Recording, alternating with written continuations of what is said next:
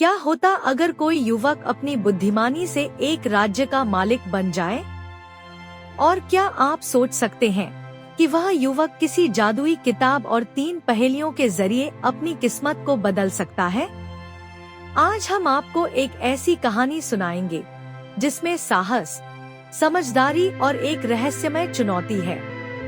इस कहानी में एक छोटे से गांव का लड़का लोकेश, जो गरीब होते हुए भी अपनी अद्भुत बुद्धि से एक राजमहल तक पहुंच जाता है और एक राजा की 3 जादुई पहेलियों को हल करने की चुनौती स्वीकार करता है।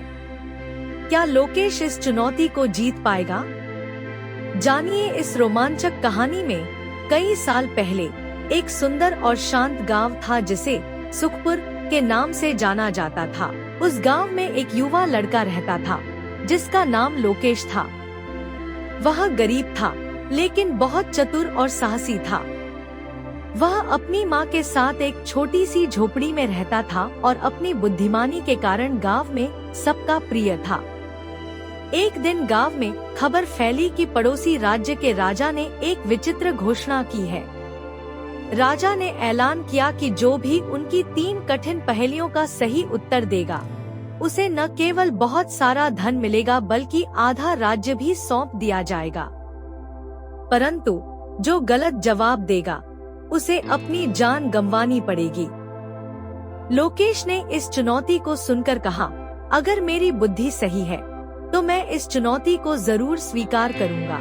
उसकी माँ डर गई और बोली, बेटा, राजा की पहेलियां बहुत कठिन होती हैं। अगर तुम हार गए तो तुम्हें खो दूंगी। लोकेश ने अपनी माँ को दिलासा दिया और गांव वालों के आशीर्वाद के साथ राजमहल की ओर निकल पड़ा। जब लोकेश महल पहुंचा, तो उसने देखा कि राजमहल के चारों ओर जादुई चमक थी। एक बूढ़े दरबान ने उसे रोका और कहा, युवक, राजा की पहेलियां साधारण नहीं हैं। वे एक जादुई किताब से ली जाती हैं, जिसे केवल सबसे चतुर व्यक्ति ही समझ सकता है। लोकेश मुस्कुराया और बोला, अगर ईमानदार प्रयास से जीत नहीं हुई तो कम से कम हार का दुख नहीं होगा। दरबान ने उसे अंदर जाने दिया। राजा ने उसे देखकर कहा, तुम्हारा स्वागत है युवक। अगर तुम मेरी 3 पहेलियों का उत्तर सही दोगे तो तुम्हारी किस्मत बदल जाएगी। राजा ने पूछा, ऐसी कौन सी चीज है जो जितना लेती है उतना बढ़ती है? लोकेश ने कुछ पल सोचा और मुस्कुराते हुए बोला, राजन, वह चीज है ज्ञान। जितना इसे बांटते हैं उतना ही यह बढ़ता है। राजा ने ताली बजाई और कहा, बहुत अच्छा, सही उत्तर।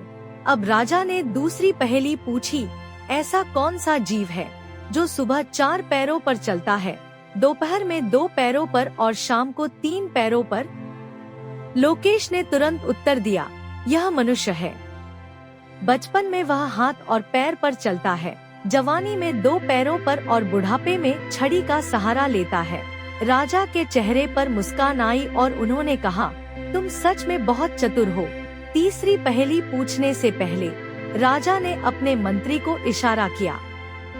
मंत्री ने जादुई किताब निकाली और किताब ने खुद से बोलना शुरू किया, तीसरी पहेली आसान नहीं होगी।